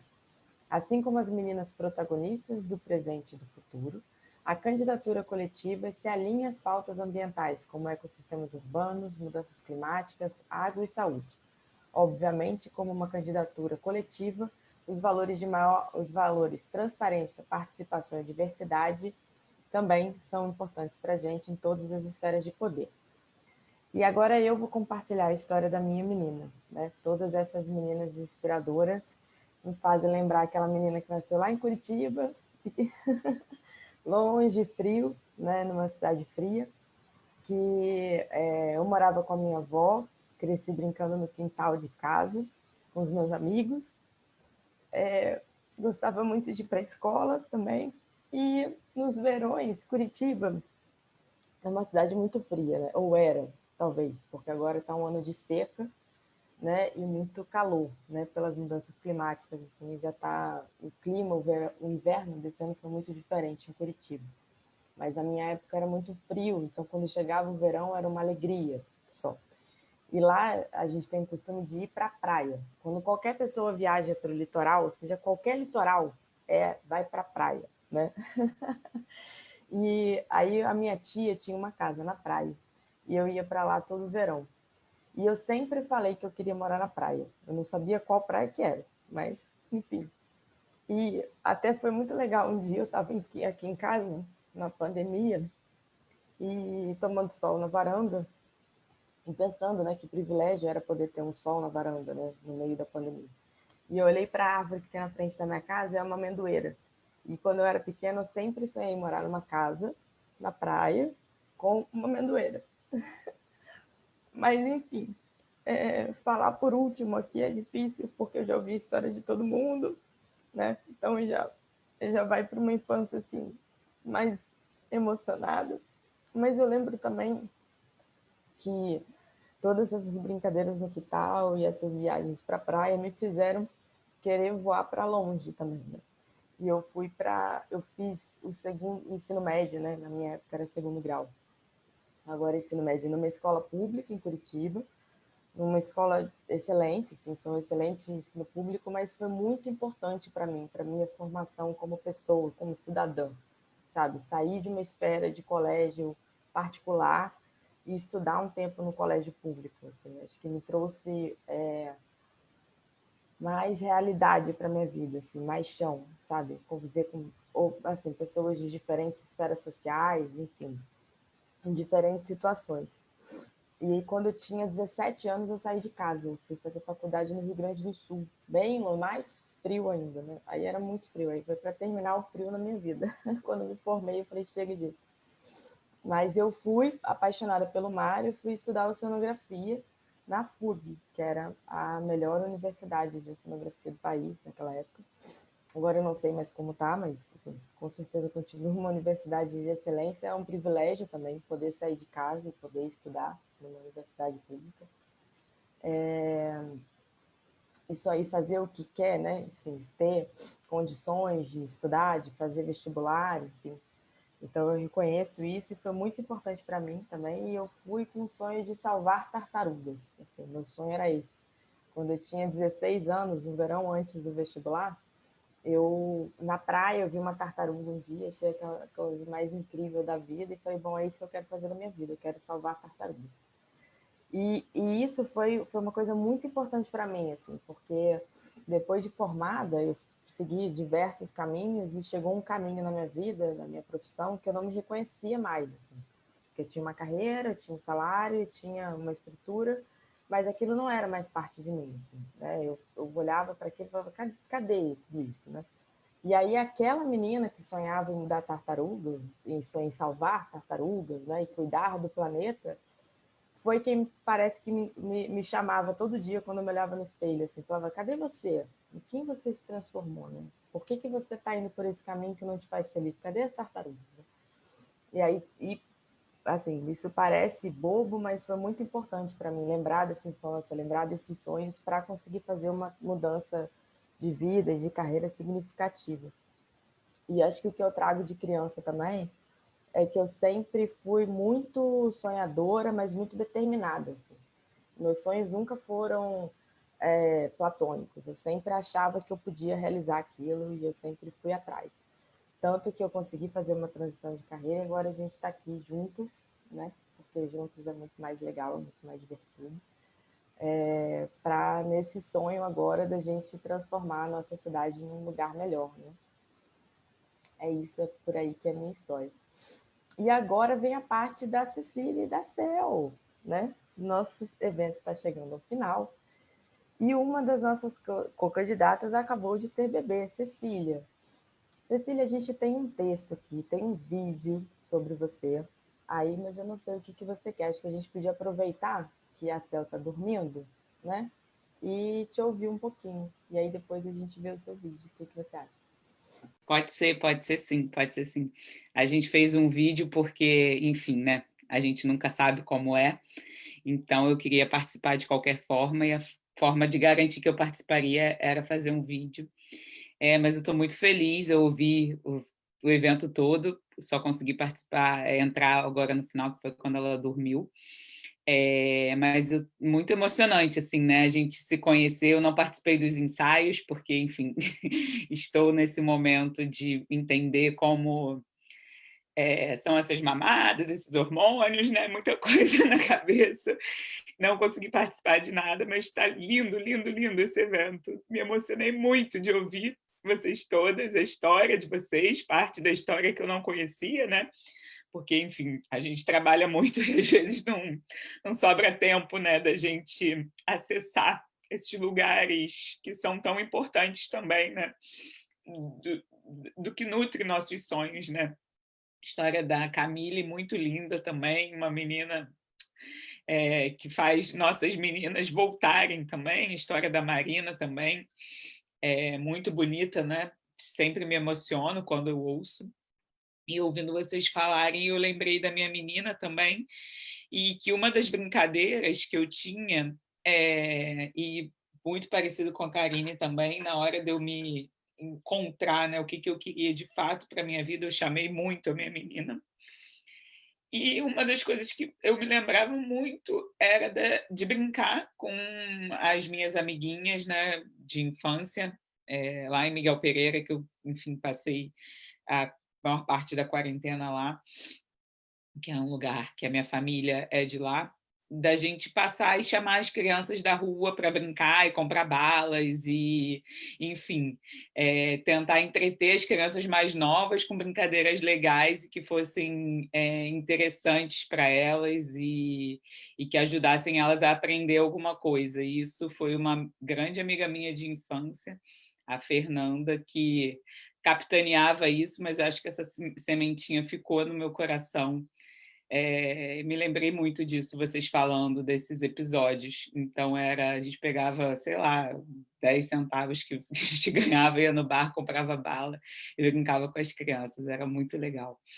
E é isso, não deixar nossos sonhos de menina morrerem, né? Porque a gente, às vezes, é levado pela correria da vida e o que a vida pede para a gente é coragem. E eu tenho certeza que todas as nossas meninas eram muito corajosas. Então, é isso. Vamos lá, meninas. Coragem, muita coragem para a gente, porque a estrada vai ser muito longa, está sendo, né? Mas se a gente não tiver coragem, a gente não vai para frente.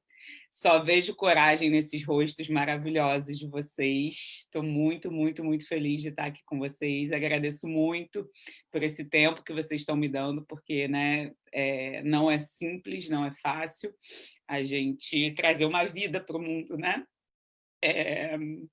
Atravessa, gente, física, espiritualmente, é um turbilhão de emoções. Então, estou muito feliz, mas estou, enfim, né, nesse turbilhão aqui, e agradeço muito, muito pelo que vocês estão fazendo, tocando lindamente essa campanha, e tenho certeza que a gente vai ser vereador em 2021. Vou estar lá, amamentando a Cel na gaiola dourada. E é legal lembrar também que a maternidade e parto respeitoso são pautas coletivas também, Isso, né? Então, Exatamente. contar com esse evento do nascimento da CEL, né, celebrando a vida, o futuro, a resistência que é a maternidade, foi muito importante para a gente, assim, acho que mobilizou todas nós. E como a gente também pode fazer de uma forma diferente, né? Não é por ser mãe que a gente tem que sair dos nossos lugares, né? A gente pode ser mãe e ter apoio de outras mulheres, né? Atuando em rede com outras mulheres que vão nos levar para frente também, né? Porque eu só estou caminhando porque a gente está caminhando, né? Se eu estivesse sozinha, eu estaria parada. Então, vocês estão sendo minhas pernas agora e a gente vai chegar lá junto. Então, por isso que também meu coração está assim, transbordando de amor e gratidão por vocês. Ah, Cecília! Mãezona, linda! Agora a gente pode passar o seu vídeo, Cecília, também? Pode. Ficou muito lindo. Acho que ele, mesmo com a sua presença, vale o vídeo. Mavi, deixa eu deixar para você. Pronto, já está autorizado aqui o compartilhamento. Avisa que vai ser assim, a transmissão, né, Karine, que não vai estar tão incrível. Isso. Vale lembrar o seguinte, como a gente está fazendo essa transmissão pelo Zoom, o Zoom é um pouco pesado, então pode ser que o vídeo fique um pouco travadinho. Mas depois a gente vai disponibilizar os vídeos para vocês também. Mas vamos torcer para dar tudo certo.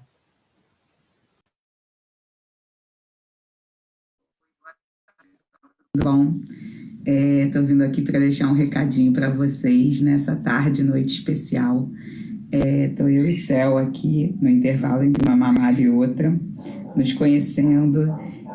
Queria agradecer todo mundo que está apoiando a gente nesses últimos dias. Chegou muito amor, né, filha? Aqui, ó, Celzinha mandando muito amor para vocês.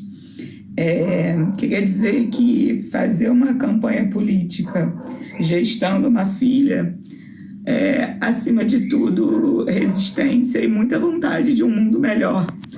E também a gente querer transformar o mundo a partir da gente, né? Porque se eu não fizer isso pela minha filha, eu vou fazer por quem, né? Então, queria agradecer muito todo mundo e dizer que, enfim, né, gestar, parir de uma forma respeitosa e amorosa na cidade do Rio de Janeiro acima de tudo, muita resistência, porque a gente precisa de tempo, a gente precisa de cuidado, isso não é fácil. Então, queria pedir para no dia 15 de novembro todo mundo lembrar que é possível fazer política de uma forma diferente. Agradecer muito às minhas amigas coletivas, a toda a comunidade coletivas, né? Porque, enfim, tem muita gente além das 7. Por esse tempo que vocês estão me dando, esse tempo de poder estar dedicada 100% à minha filha, a gente se conhecer, a gente se entender, eu poder alimentar ela, a gente poder viver numa lógica que não é a lógica que o sistema quer que a gente viva, mas a gente segue, né, filha? E é isso, um beijo para todo mundo, tô morrendo de saudade, daqui a pouco a gente volta, né, filha? Mas por enquanto a gente está se conhecendo, tem nem uma semana que ela nasceu, né? Então é isso, tô aqui emocionada porque mãe é um bicho bobo, né? Um beijo, boa tarde, 18777, não se esqueçam. Vamos, coletivas!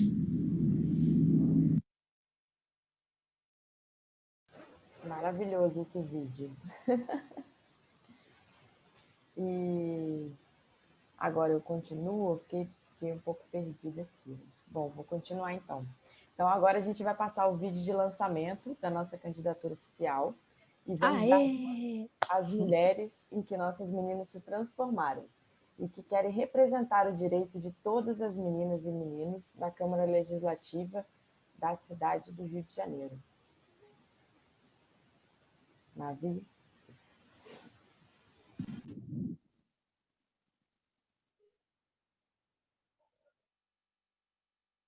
Viver é um ato político.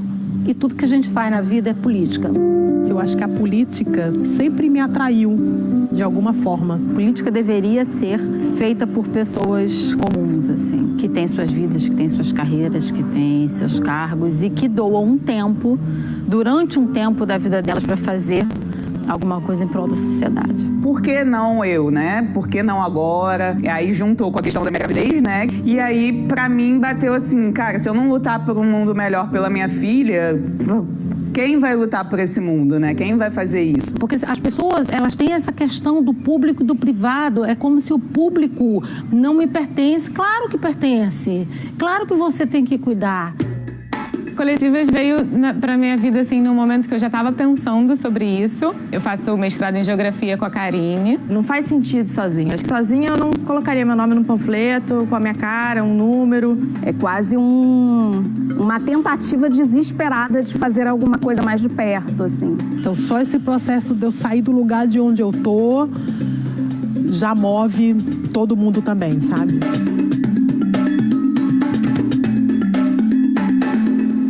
O objetivo da gente transformar a nossa cidade, da gente fazer uma política para as pessoas, entendeu? Esquecer esse lance de fazer política para si, para a carreira. Política para ser feita por pessoas que se importam pela cidade. É uma vontade de entrar para uma política onde eu não estou com interesse pessoal de ganhos para a minha pessoa.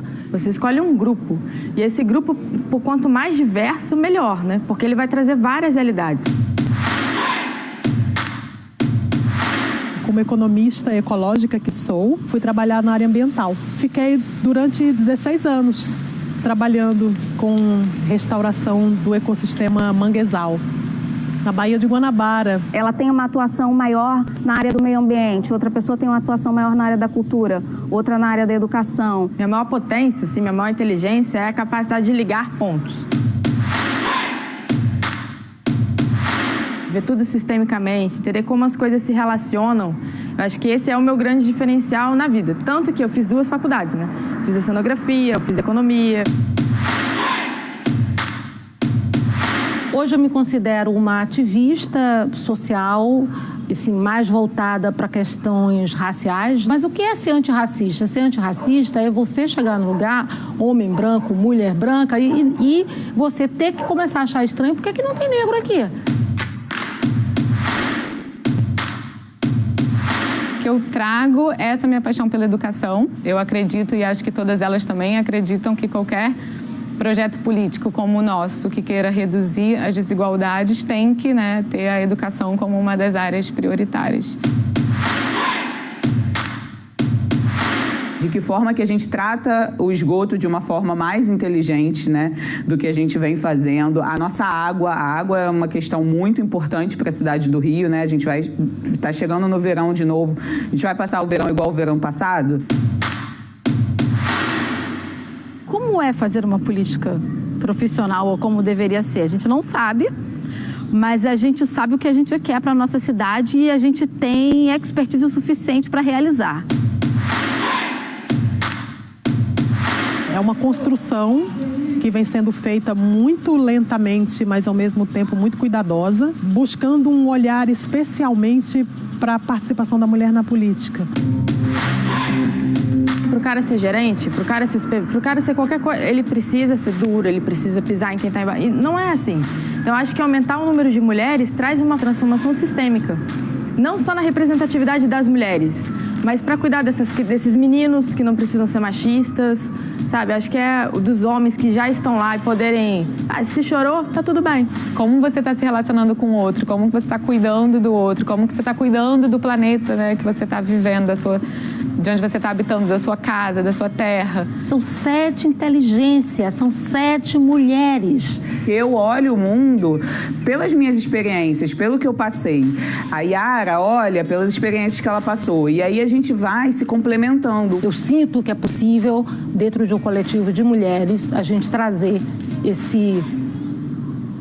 essa mudança para a política. Se a gente pensar que a maior parte da população é uma população de mulheres e a gente olha para a nossa representação, grandes pontos de interrogação. Se a gente olha para a representação negra nos espaços governamentais, a gente entende que essa democracia ainda não é real. A Câmara, por exemplo, é a casa do povo. É a casa do povo, de fato? É o povo que está votando ali? Está se pensando realmente no que é benéfico para o cidadão? O mandato coletivo ele pode trazer para o carioca um novo ar, uma nova esperança, uma nova vontade de participar. Pô, peraí, essas pessoas são comuns, então eu acho que eu também posso fazer isso, posso fazer parte disso. Um voto faz você fazer parte disso. É um trabalho contínuo, é um trabalho que dura muito tempo e é um trabalho que precisa ser feito desde já. O homem, ao mesmo tempo que ele modifica o espaço, ele modifica a si mesmo. Então, quando você pensa o espaço que você está construindo, o que você está fazendo no espaço que você mora, onde você vive, você também está modificando a você mesmo, sabe? Então, quando você pensa qual o espaço que você quer, qual a cidade que você quer, qual o país que você quer, você está pensando também qual o ser humano que você quer, qual é a sociedade que você quer ali, sabe?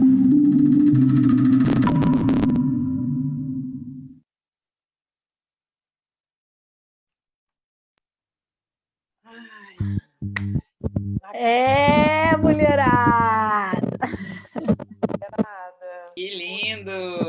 E aí, Camille, o que você achou?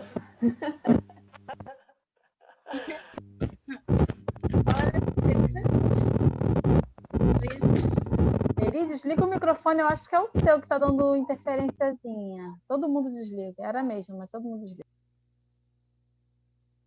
Sim, eu acho que o vídeo de vocês é realmente inspirador. É para votar em vocês. Gostei, pelo menos. Legal, obrigada, Camille. Espero que seja inspirador para a sua vida mesmo, né? A presença da Marina e tudo mais. Pode seguir, Eri. Então, pessoal, queria só agradecer. A gente está chegando agora aqui, né, encerrando.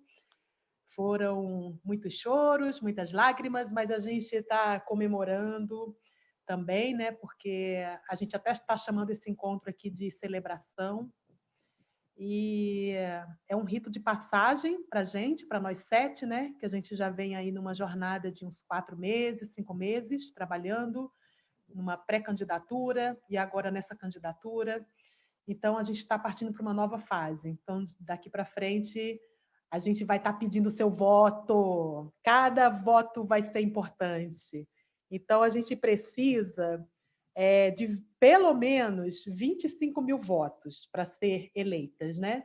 Então, eu peço assim para todo mundo que está assistindo a gente, para todas as pessoas que possam também chamar mais 10 amigos, 15 amigos, 20 amigos, 30 amigos, e a gente multiplique esses votos para a gente poder conseguir uma vaga na Câmara dos Vereadores, né? O nosso desejo de ajudar a cidade, de melhorar, né, nossa vida aqui.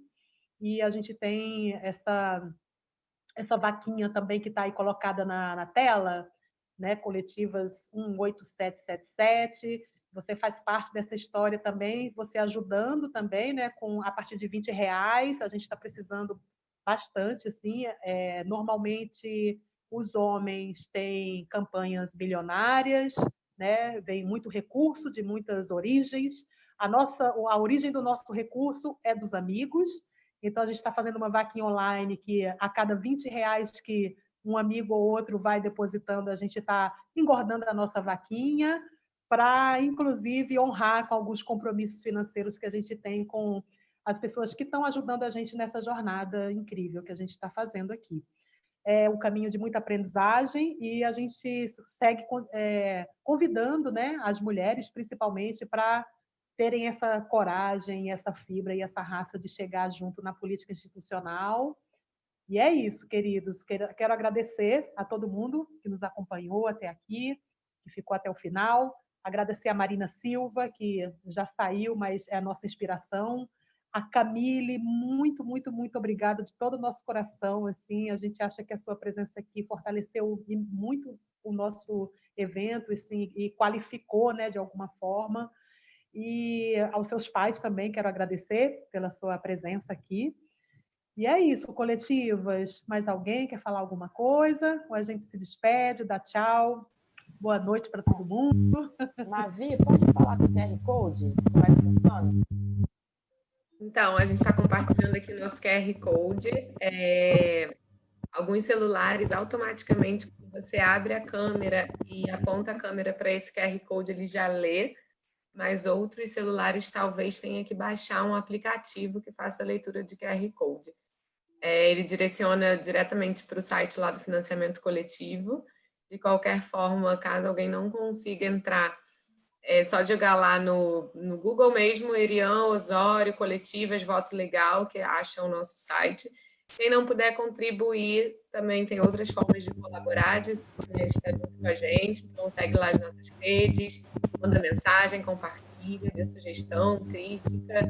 Enfim, esse projeto não é só nosso, é de todo mundo. Estamos abertas, queremos cada vez mais pessoas junto com a gente, compartilhando desse sonho de construir uma cidade mais justa, mais sustentável para as nossas meninas, para as nossas mulheres. É isso, venham com a gente. E só lembrando, né, Mavi, que no dia da eleição, no dia 15, quando vocês forem votar, vocês vão ver o meu rosto. Mas, se você vota em mim, você está votando em nós 7, porque a candidatura é coletiva. Nós 7 somos co-candidatas. Então, vai estar lá o número 18777, coletivas. Então, é isso. Obrigada. Mas o rostinho nosso é o da Eri.